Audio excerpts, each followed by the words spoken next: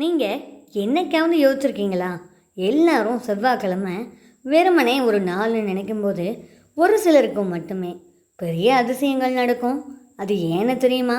இனி நீ வாழவே தகுதி இல்லை அப்படின்னு எல்லாராலும் கைவிடப்பட்ட ஒருத்தருக்கு செவ்வாய்க்கிழமை இரவு நடந்த அதிசயம். கடைசி வரைக்கும் வீடியோவை பாருங்கள். ஏன்னா கடைசியில் நடக்க போகிற ஒரு காட்சி உங்கள் கண்ணில் கண்ணீரை வரவழைக்கலாம். உங்கள் வாழ்க்கைக்கு ஒரு திருப்பு முனையாக அமையலாம். இப்போ தான் முறையாக வீடியோ பார்க்குறீங்கன்னா மறக்காமல் ஒரு சப்ஸ்கிரைப் கொடுத்து சப்போர்ட் பண்ணுங்கள். அவர் பேர் தான் ஆனந்த். கையில் காசு பணம் இல்லை, சொந்த பந்தம் எதுவும் இல்லை. அடங்காரங்க தொல்லை தாங்க முடியலை. எனக்கும் மட்டும் ஏன் இப்படியெல்லாம் நடக்குது? இன்னும் 3 மணி நேரத்தில் வாங்கின கடனை கட்டலைன்னா என் மானமே போயிடும். எனக்கு தற்கொலையை தவிர வேறு வழியே இல்லைன்னு கதறி எழுதாரு. நேரம் ஓடிக்கிட்டே இருக்குது. அந்த 3 மணி நேரத்துக்கு இன்னும் ஒரு சில நிமிடங்களே இருக்குது.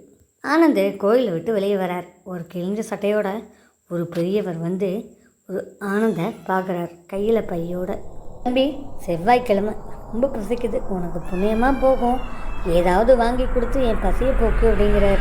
இந்த கஷ்டகால நேரத்தில் ஆனந்த் 50 ரூபாய் கையிலேருந்து எடுத்து அவருக்கு சாப்பாடு வாங்கி தராருங்க. நீ நல்லா இருப்ப தம்பி, இந்த பையை வச்சுக்கோ, இது உனக்கு உதவும் அப்படின்னு சொல்லிட்டு பெரியவர் மறைஞ்சு போயிடுறாரு.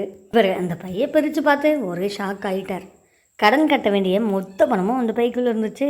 அதோட ஒரு தங்க வேலும் இருந்துச்சு. இப்போ தான் இவருக்கு புரிஞ்சுது, செவ்வாய்க்கிழமை செவ்வாய் தோஷம் போக்கும் அந்த சுப்பிரமணியனே நமக்கு வந்து உதவி இருக்கான். தன் பக்தன் உண்மையானவனாக இருந்தால் போதும், முருகப்பெருமானோட அருள் முழுசாக கிடைக்கும்.